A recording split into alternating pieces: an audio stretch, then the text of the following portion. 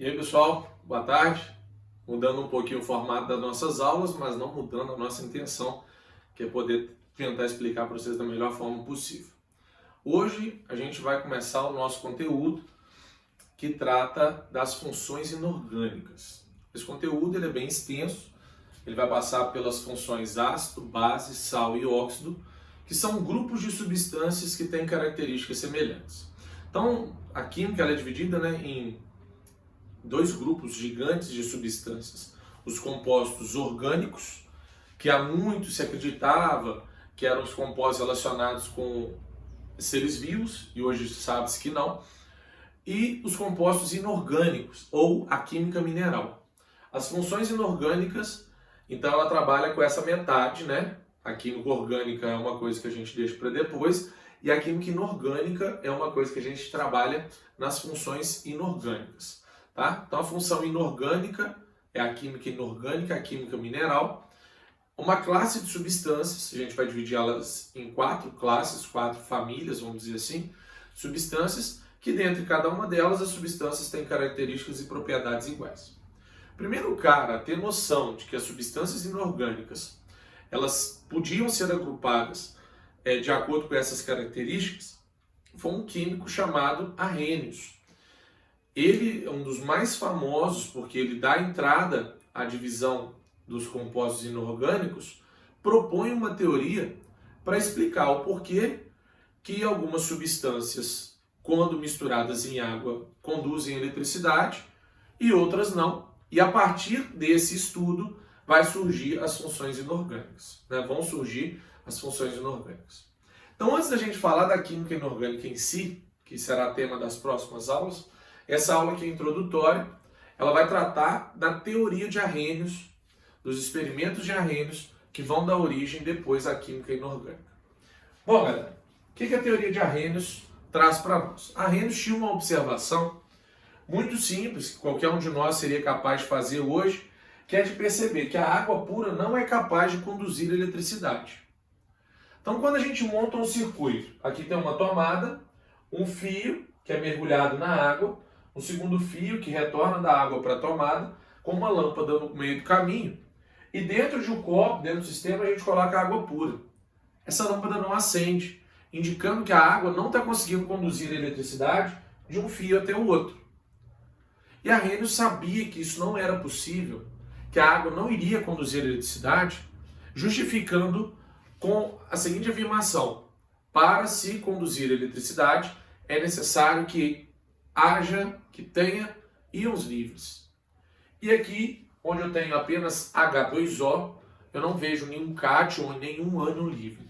Então, por isso a água pura não é capaz de conduzir eletricidade, porque ela não possui íons livres. Arrhenius percebe o seguinte, que existem determinadas substâncias que, quando misturadas à água, eram capazes de fazer com que a água conduzisse a eletricidade. E a essa solução, o que é a solução? É a mistura da água mais a substância que nela está dissolvida. A gente vai chamar essa mistura de solução. A solução, quando tinha uma substância dissolvida nela, que fazia a água conduzir a eletricidade, eles chamam ela de eletrólito. Então o que é um eletrólito? É a solução capaz de conduzir eletricidade.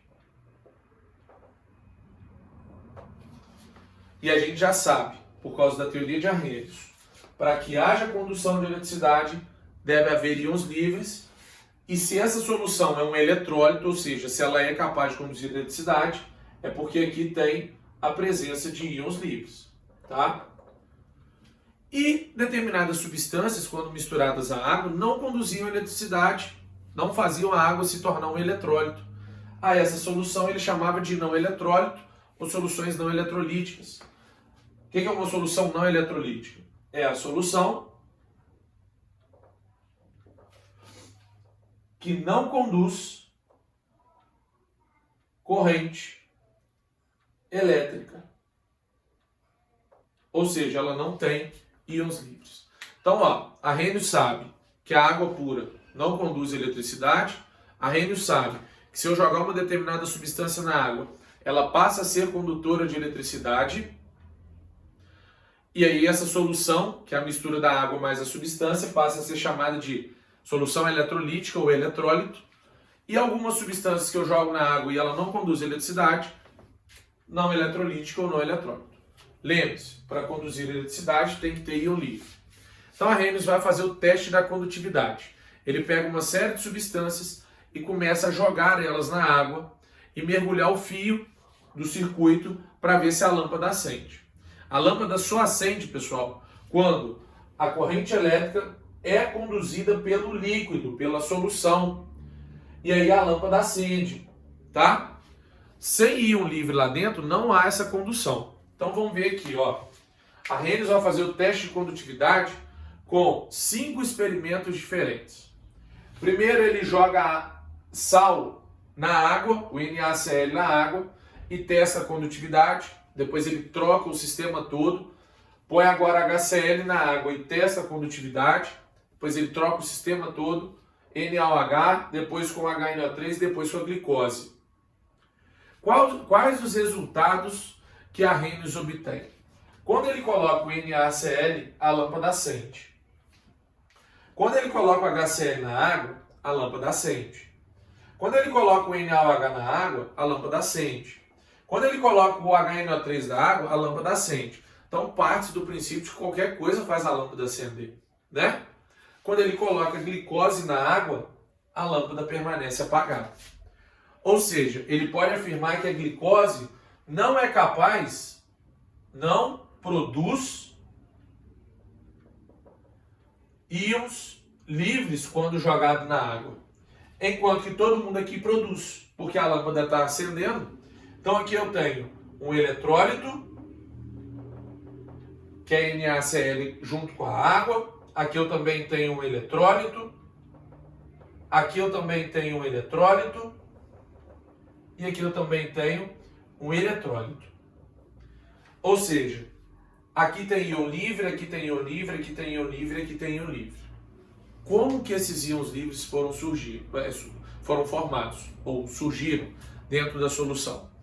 Isso é uma resposta que a Arrhenius vai tentar construir, né? E a partir dessa resposta é que a gente vai chegar nas funções inorgânicas em si, ok?